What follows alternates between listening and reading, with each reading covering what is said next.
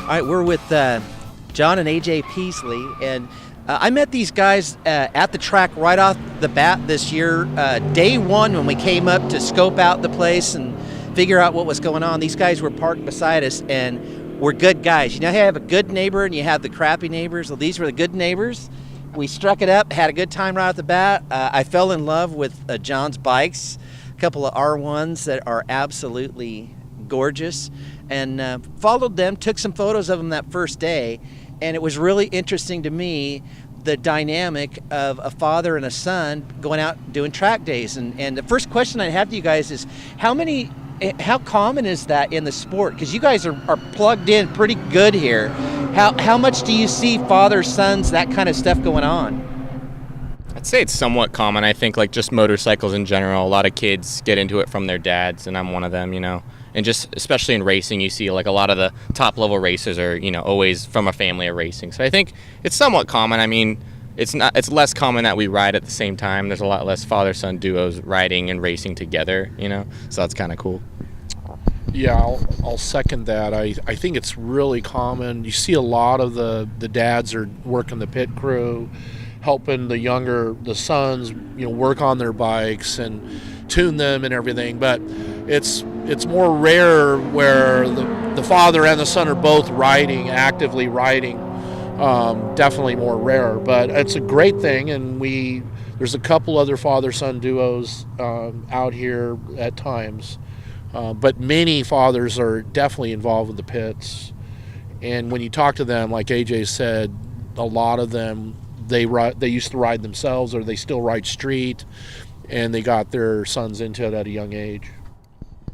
So a lot of us that do this, you know, are into this out of a love of motorcycles in general. We just like bikes, and one of the things that John and I struck off right off the bat was that, man, we love bikes. I've had a lot of them. He's had a lot of them. But I haven't had a lot of them that are John's quality. How many bikes do you have right now, John? Actually, let's see. So I've got, well, if you count my wife's bikes, so I've got two R1 full race track bikes. And I think Larry's got some pictures of both of them, the classic red and white Yamaha Grand Prix colors, as well as the classic Yamaha Bumblebee yellow and black and white. And then I have a Ducati 1098 in blood red for the street, but I've had that on the track. I've done track days with my Ducati, actually. It's street legal, but it does very well on the track. Then I also own a big V-twin Honda 1800 cruiser for long distance traveling. And then my wife, I might as well throw this in, she's got a big VTX 1800 V-twin. She also has a Ducati Monster, and just recently got a brand new Harley Street Glide, a custom painted Harley Street Glide, beautiful. So I guess that would make, just for me and my wife, there's 7 bikes, and then with AJ's R6 race bike and his Grom, that makes 9 in the family. It's pretty funny because how AJ didn't have a chance. I mean, when you got a dad and a family that is that into bikes, the poor kid had better be able to ride a bike. What would happen if you wouldn't have been coordinated, man? Life would have sucked. I don't know. I can't imagine that world. That wouldn't have been good. Well, one of the things that I've seen, and we've talked about some today, is the progression, even that I've seen this year in riding. Now, I know that I've seen a lot of progression with AJ in racing here, and how's your progression gone, John? Have you always been this good? Because I know you're hitting podiums here at racing, but yeah. Has this always been a deal, or are you getting better as you're going? Well, I think I'm definitely, we all improve the more, especially for road racing and track days. As you know, Larry, the more you get on the track, it becomes more natural, and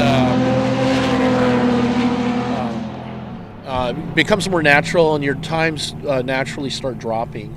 I had a very extensive motocross background, so I started riding when I was 5 or 6 years old, just like AJ did, and rode dirt for many, many years. Finally convinced my wife to start doing street bikes. So a lot of racing and motocross where I did very well. So I'm used to doing really well. But now at this point in my career, I want to be on the podium, but I'm more focused on helping AJ improve and get to where he's going to end up. So it's much more satisfying for me to see him on the top of the podium. But I will admit that it's fun to be on the podium as well. You have to be a pretty proud papa, though, because the kid is tearing it up. He's actually been winning by pretty good margins, too. It's not like just, eked across the finish line. I mean, he's done pretty good. Yeah. So for me, I was blessed in the last session that we rode today, and kind of I thought really fitting for me that this whole thing that we started at the beginning of this series and the season off with was with you guys. And we hadn't ridden together in the same session all year. And so this last session, we all went out together along with the other people that we're doing all this with.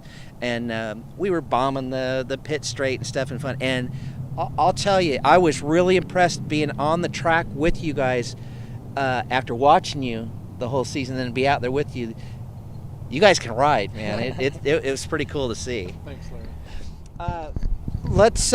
with the whole father-son combo, one of the things that struck me pretty interesting is the distance that you guys live apart, because AJ lives in Portland, and so this is his home track. This is where he's doing his deed. But you don't live in Portland. What's up with that, John? Yeah, that's an interesting part of this. So, real quickly, my wife and I moved to Oregon in the early '90s, and AJ was born in Portland. So this is where he's been raised and born and did all his motocross riding when he was younger. And about 3 years ago, I had to move away to Denver for work related. And then last year, I actually moved to Austin, Texas. So AJ and I talked about it. We raced a few rounds in Colorado for the last 2 or 3 seasons.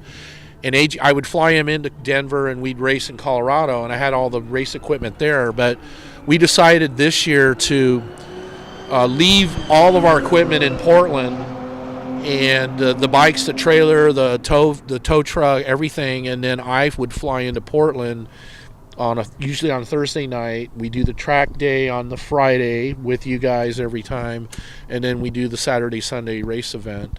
So I fly in once a month, and it's an awesome time to be with my son. And it keeps us bonded because we have something we're doing together. And one thing I just wanted to add, just because we kind of decided on Portland just because the vicinity of the track to where I'm living and just the ease that it is to get all the gear together and get over here. Whereas a lot of tracks in Texas and Colorado and places like that, you're doing 1-hour, 2-hour, 3-hour commutes to the track. And another reason is that just the riders out here are great, and Too Fast and track day organizations like that really make it a lot better. It's just they're very well run and make the day go by a lot more, just smoothly. So I think overall OMRRA is a great organization. Too Fast is another great organization. So that kind of helped with our decision. That's really good to hear. I'm sure they're going to like hearing that. So what are the chances then that you guys, this is your first year doing this with the whole travel thing, season passes, all that kind of stuff. Do you guys think that this is something that you guys will come back for and do again then next year? I think, yeah, definitely the plan is to at least next year, the year after maybe. Just with my career, I'm not sure exactly where I'll end up city-wise, but I mean, if I'm still winning in OMRRA and I'm still having a good time and my dad doesn't mind flying out, then we might stay for a couple seasons at least. So, I mean, it's a lot of fun, and like we said, PIR is a great track, so, and there's other tracks nearby to practice at. There's a lot of track days in the area in the Northwest and Northern California, so I think in the near future we'll still be here. Yeah, I agree. I think the plan is for at least the next 2 seasons after this season to do exactly what we're doing. And Larry, you mentioned the season pass. We bought season passes for Too Fast track days. And Too Fast is linked up with the race weekend. So every Friday of the race weekend, Too Fast will do a track day. And it's a great experience to get the season pass because you're already on the list. You just show up and they've got everything ready for you. For potential track day riders out there too, it's a really unique opportunity to ride a track day on the same day as a lot of the racers are also riding.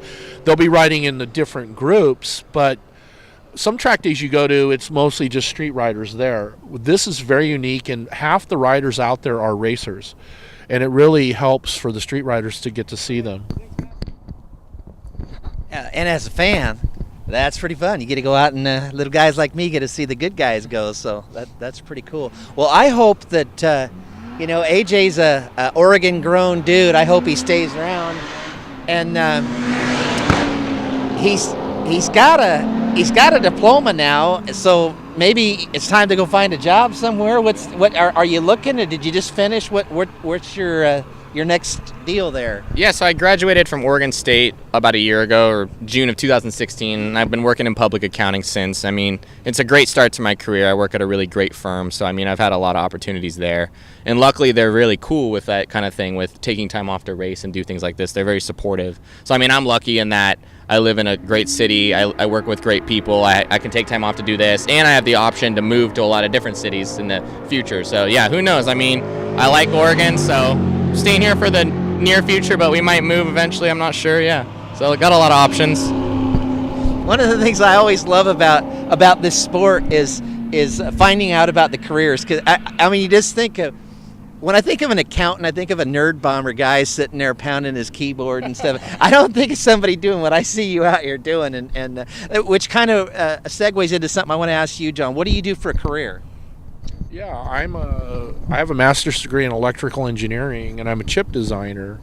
So I've worked at various companies, including Intel, AMD, and companies like that, developing graphics chips and computer chips. So